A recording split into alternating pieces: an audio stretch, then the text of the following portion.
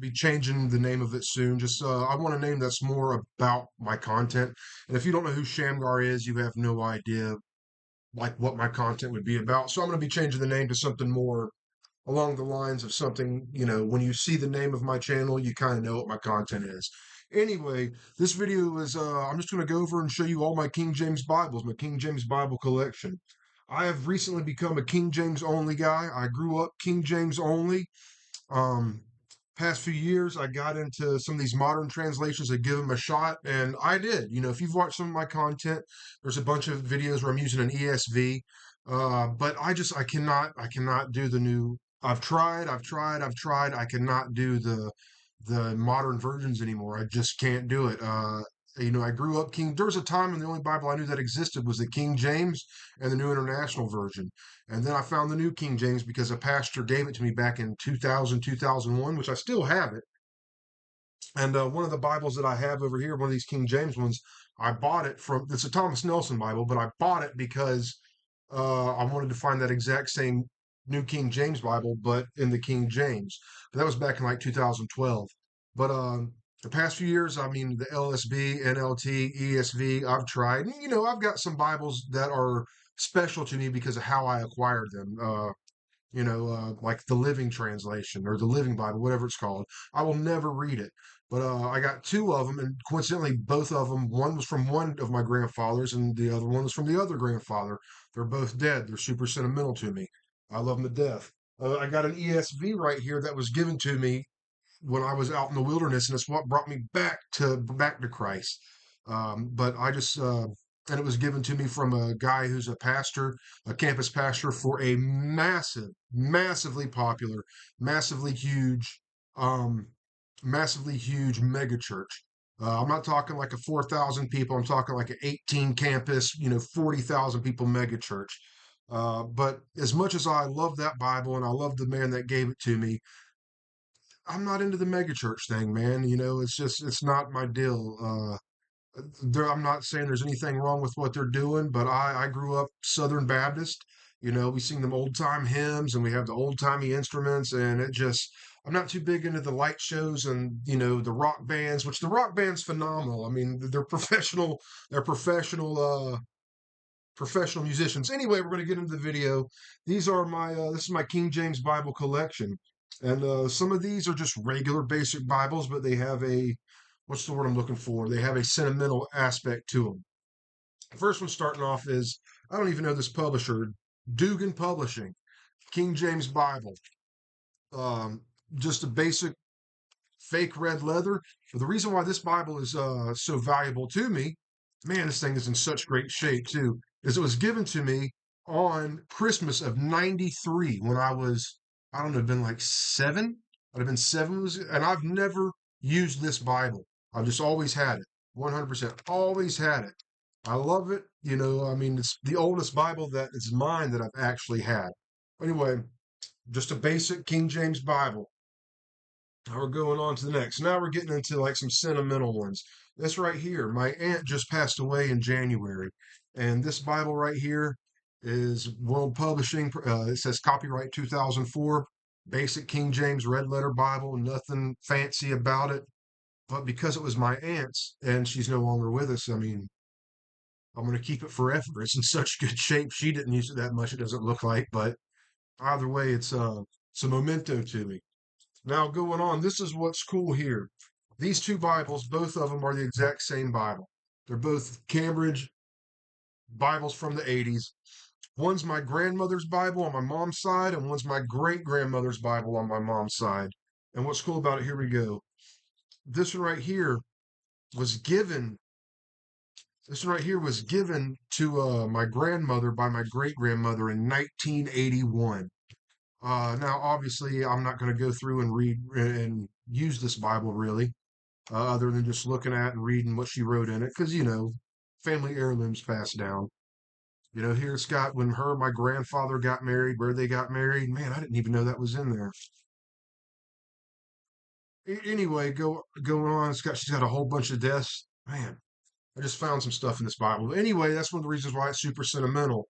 And this one right here is my great grandmother. I never met my great grandmother. She died when I was two. Maybe I met her. I don't know, but this is it's the exact same Bible as that one, and it's just another heirloom. Oh, I'm sorry, this one was given to my mom in 1988. So you got one that was given to my grandmother in 1988, and one given to my mom in 1981, and one in 1988. I do not know why it's got my great grandmother's name on it.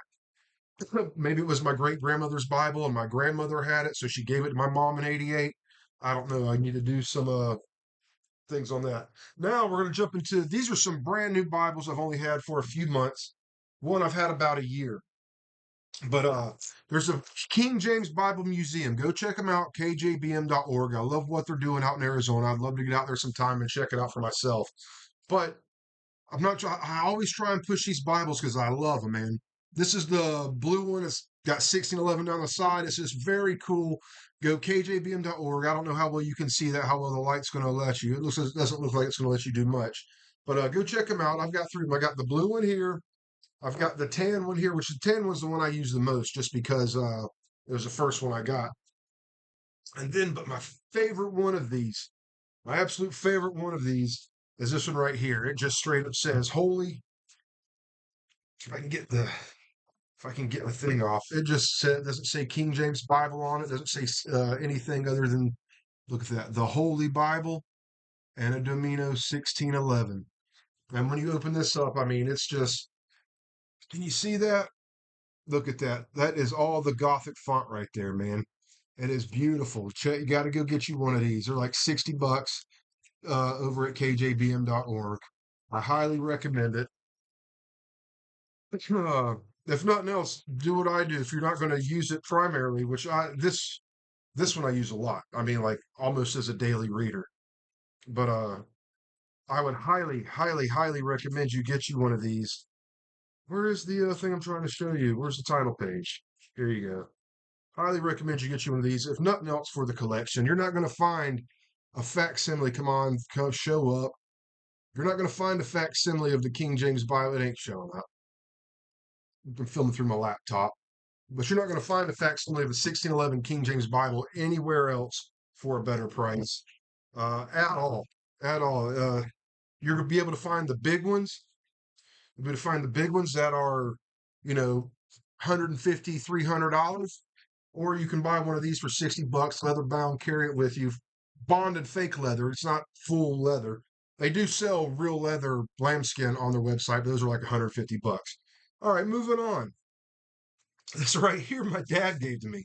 There's an old pastor, his name's Jack Vanapee, and he released a prophetic Bible, the prophecy Bible, where he goes through and he highlights all the Bible verses that are about Jesus, that he says are about Jesus. You see that? But it's red letter, you know, it's red letter, but it's the Jack Vanapee Bible. These are out of print, to my knowledge. I mean, they're still common. You can go to eBay and get them for 20 bucks, 30 bucks. So it's not like a valuable product or anything. But my dad's had it for 20 years and then he gave it to me. He also never used it. This thing's pretty much brand new. All right, moving on. This right here is the King James Nelson, the Thomas Nelson King James Bible that I was telling you about. That I went and bought. It's just a standard King James reference Bible. I bought this one because in 2001, a pastor gave me a new King James version, and I was trying to find the exact same Bible, but in King James, and I did find the exact same Bible in King James, except this one's a little smaller than the new King James. But this right here, other than that, just a basic King James Bible. This right here is also a Thomas Nelson Thin Line King James Bible.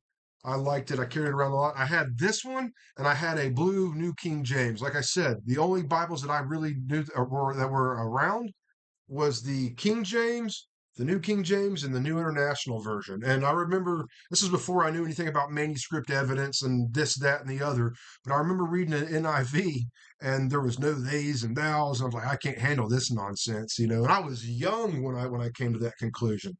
I got two new international versions. I got one my mother got when she was in the military. It's from Fort Bragg, North Carolina. It's got Army garb all over it. And then I got another one that I bought probably a year ago at a used bookstore. And the reason why I bought it is because Some lady passed away. Her name's in it, and I was just looking through it. And that lady, let me tell you, she was not a King James onlyist, but she loved Jesus. She went through that Bible, and that thing's got more notes than I've seen. And I mean, it's like reading a net Bible.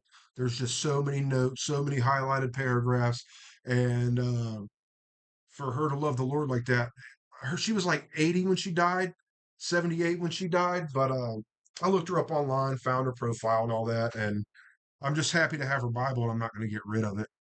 Maybe one day I'll find a great grandkid or something and give it to her. I don't know. Now let's see what we got going on. We got a Schofield Bible. Schofield Bible. This is pretty cool. You know, C.I. Schofield, Protestant, super smart man. He's got notes upon notes upon notes in this thing. I enjoy the Schofield Bible. I really only use it as a more like a reference Bible, or if I'm studying something, I need to go check out and see what he wrote about this particular subject. And I mean, look at that. Top part's King James, bottom part's all notes. So I enjoy it. I'm a big fan of the Schofield Bible. But now my two main favorite Bibles. Okay, my favorite King James Bibles. I bought this. I went out into the wilderness for 20 years. You know, cursed God and was a drunkard, a loser. I mean, just I was just not a good person. I wasn't mean to people or anything like that. But I was depressed and down on myself. Woe is me, all the things, you know. Anyway, when I came back to Christ, I got that ESV, and I told you about my buddy giving me the ESV, but the ESV wasn't sitting well with me. So I went out and bought myself a new King James, not a new King James version. I bought myself a new King James Bible. Um, and this is it. And the reason why I bought this one was because it had the Apocrypha in it. And I know people say this and that about the Apocrypha. I could care less. The Apocrypha was in the 1611. I want the Apocrypha in my Bible. I do. It's the full Apocrypha. It's not like a Catholic Bible that only has the 7 books. This has the total 80 books in it. But this is the first King James Bible that I read from cover to cover. Read every single chapter, all of it. And so this right here has been tough because I've resurrected my old Bible that we're about to talk about. And it's like, man, I don't know which one I want to keep. I want to use this one because it's got the Apocrypha in it. And I want to use this one because it's 30 years, 29 years. It's been with me and been my Bible, even through all my drug addictness, my drinking, all of it. This has been the Bible that I've always had. It's always been there. And whenever been down randomly, went and grabbed a Bible, it would be this one, but it doesn't have the 66 books, or excuse me, it doesn't have the full 80 books in it. And for whatever reason, I read this one. And once you spend a lot of time in a Bible, it's tough to just set this Bible down and jump to another Bible.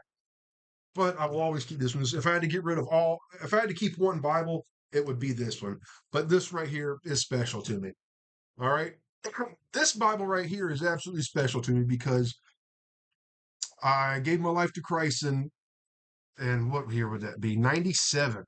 I got it written right here. November 23rd, 97. I was baptized November 30th of 97. Well, I went out into the wilderness, 5 years after that, I went in the wilderness for 20 years and raised all kinds of hell, all kinds of Cain. And I came back to Christ, like I said, and my buddy from that mega church gave me an ESV. And I remember before he gave me the ESV, he invited me to church, to his massive campus. And I didn't really know what I was walking into yet.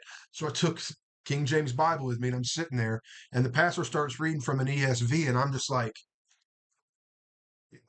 what? That's not what that says. I couldn't follow along. And so I asked him about it, and that's how I ended up getting the ESV from him. However, the King James speaks to my heart. I'd be lying to you. I don't care if you think that's stupid or whatever. The King James Bible speaks to my heart. The ESV does not. The LSB does not. The New King James Version does not. I feel like I'm reading something fake. Um, Maybe it's because of how I was brought up. I don't know. I do know that growing up, we had God's word in our hand. We absolutely had God's word. And now we have all these people that don't know what God's word is. Is God's word the LSB? Is God's word the NLT? Is God's word the ESV? I don't like that. I like knowing that I have God's word, that I can stand on something. I can't stand on the ESV under scholarship that changes through and through. When you have the King James Bible that hasn't changed in 400 years. Uh, the King James Bible has infiltrated the deepest depths of the English speaking world. Um, Go into pretty much any church versus a King James Bible church. Like you go to a King James Bible church, the pastor can say, um, all right, we're going to read this passage together, and the congregation can read the Bible together. Can't do that in any other church. It's not a King James church because you'll have 15 different Bibles. You can't read the same thing. And people say, well, that doesn't matter. It's actually beautiful when you guys are together reading the same thing. uh, Dr. Samuel Gipp, whatever your opinions are about him, I enjoyed listening to him a lot actually. But he does this thing where they read Psalm 23 out of all these different versions, and he's like, "Well, God's not the author of confusion." Uh, it's beautiful when you're in a church together and everybody's reading the same thing. Everybody's literally on the same page. That's nice. But anyway, I went out. They say one baptism, maybe so. I think it's beautiful when kids give their life to Christ. But there's a difference between giving your life to Christ when you're 7 or 11 or whatever versus going out and living wickedly and then giving your life to Christ at 36. Massive difference. So I was rebaptized at 39, and I got they send you a little certificate where I was baptized at, the church I was baptized at, which is the church I grew up in. They send you a little certificate, and sure enough, I didn't realize it, but I was baptized on the exact same day of 2025 as I was in 97. And it's just things like that that just strengthen your faith. You guys, I'm a King James only. It's the only Bible I use. It's the only Bible I need. It's the only Bible I want.